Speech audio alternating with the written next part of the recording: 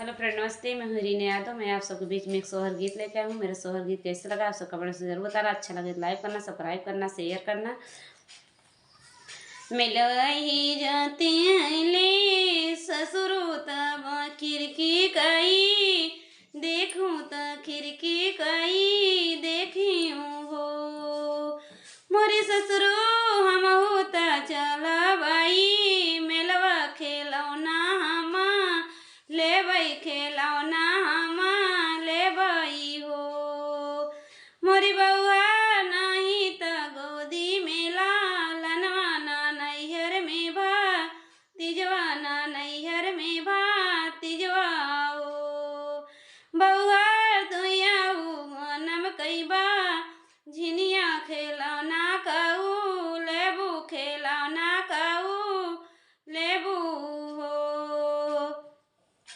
मोरे ससुरो नाही न हमरे गोदी में लनवा ना नैहर में भा तिजवा, ना नैहर में भा तिजवा हो। ससुरो हमरे बा टैमा हलिया त दुई जने खेलबई, त दुई जना खेलबई हो। मिलवही जाते ही देवरत मोहरवा धई, देखूं मोहरवा धई देखी हो। देवरा हम त चलबही मिलवा झूलनवा हम लेबई, झूलनवा हम लेबई हो। देवरा हम त चलबही मिलवा झूलनवा हम लेबई, झूलनवा हम लेबई हो। भौजी बोलिया त तू ही नी बोलू, बोलाऊ नाही जानू, बोलाऊ नाही जानियू हो।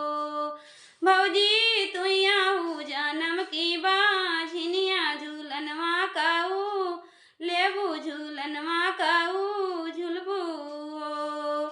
देवरा का बोलिया लागई गोलिया करजवा मोरे, सालई करजवा मोरे सालई हो। इतना बचाना सुनई रनिया देवी लागे, गैली देवी मंदिरवा गैली नी हो।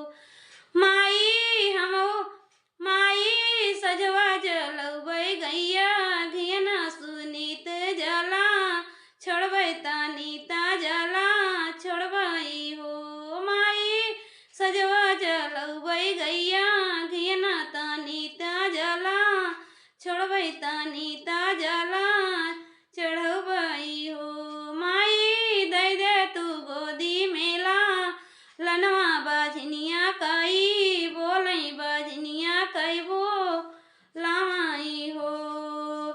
बीत गईले नाऊ